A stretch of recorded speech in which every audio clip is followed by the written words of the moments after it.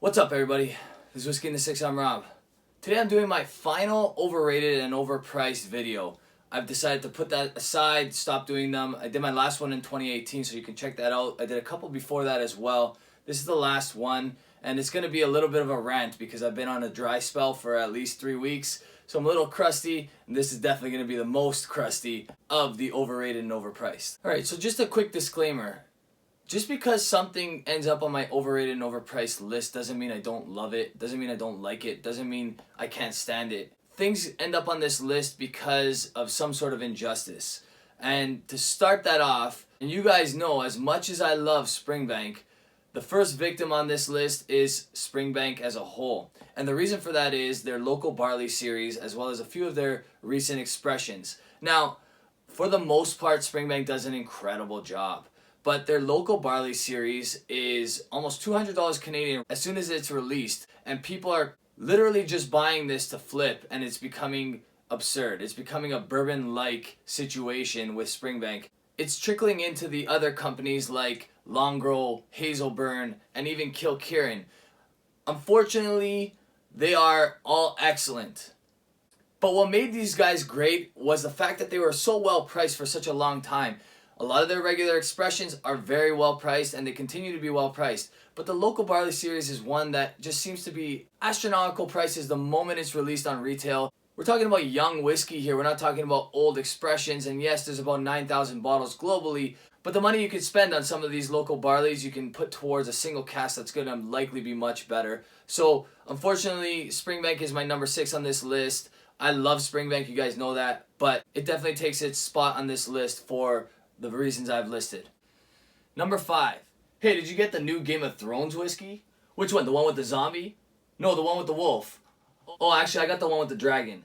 You know what the difference is between any of those whiskeys? I think they're all Johnny Walker. I'm not sure. I'm pretty sure they all suck. Yeah, probably.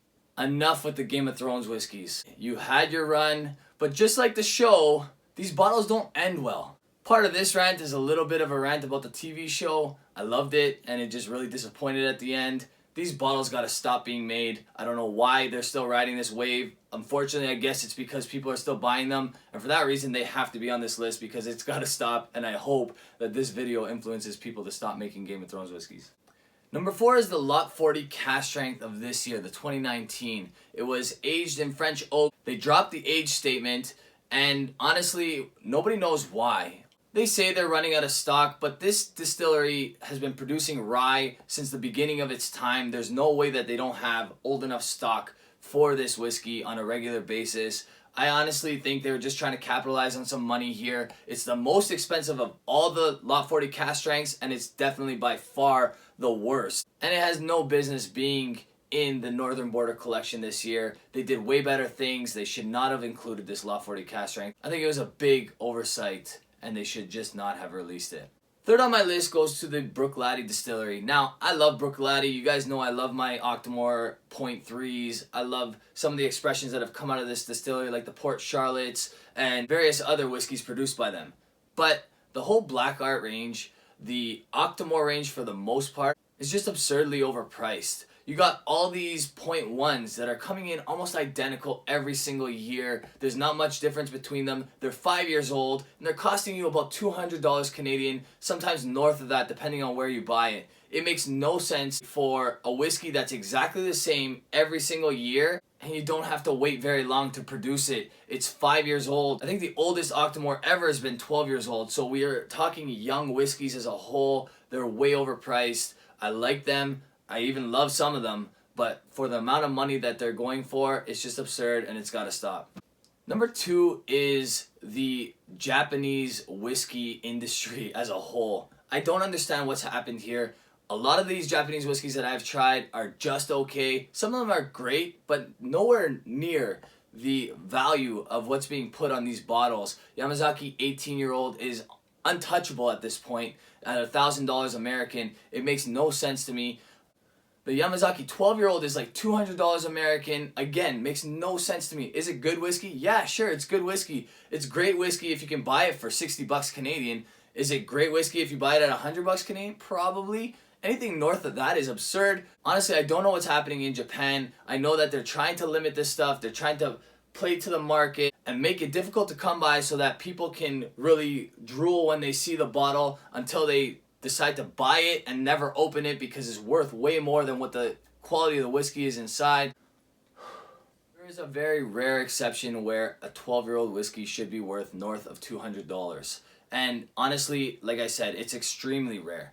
Not this often, not for an entire country's single malt. It doesn't make sense to me. So for those reasons, the Japanese whiskey industry is my number 2 overrated and overpriced.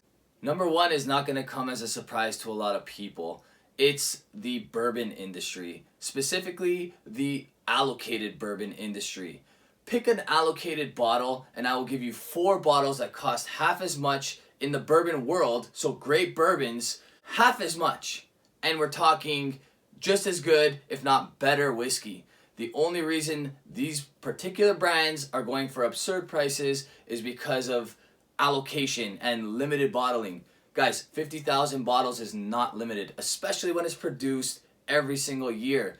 Talk to the guys that have 3,000 bottles of this stuff locked in their basement that they'll never open, and eventually they're going to sell to the public and make $1,000 a pop, because that's the problem. I've had dozens of bourbons that are better than Pappy Van Winkle 15-year-old, Pappy Van Winkle 20-year-old, Pappy Van Winkle 23-year-old.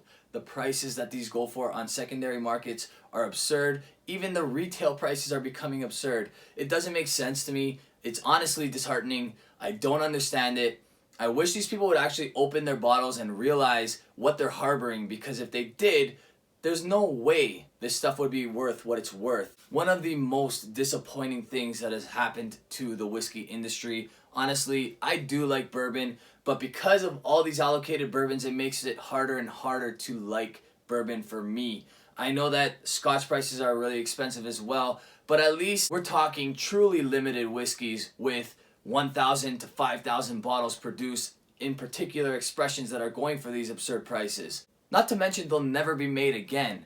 Whereas some of these allocated bourbons, like I said, 50,000 a year, and they go like this, 47,000 of those bottles are never opened. They'll never see the light of day. They're stashed in a box in multiple people's basements all over the world, and this is the issue with what's happening to the bourbon industry. And I feel bad for the people that absolutely adore bourbon, because if this wasn't happening, they would be able to adore the right kinds of bourbons.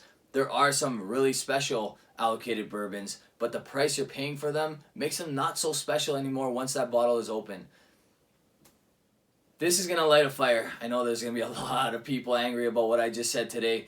Listen, this is just my opinion. At the end of the day, you guys have the right to thumb me up, thumb me down, subscribe, unsubscribe, whatever you want to do.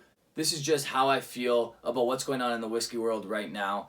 Am I part of the problem? Maybe in some ways I am part of the problem. Putting out videos about special whiskeys definitely fuels fires all over, and I personally have got caught up in the allocated bourbon mess myself. I'm not criticizing those who engage in it. Mainly I'm speaking to those who really want to drink this stuff.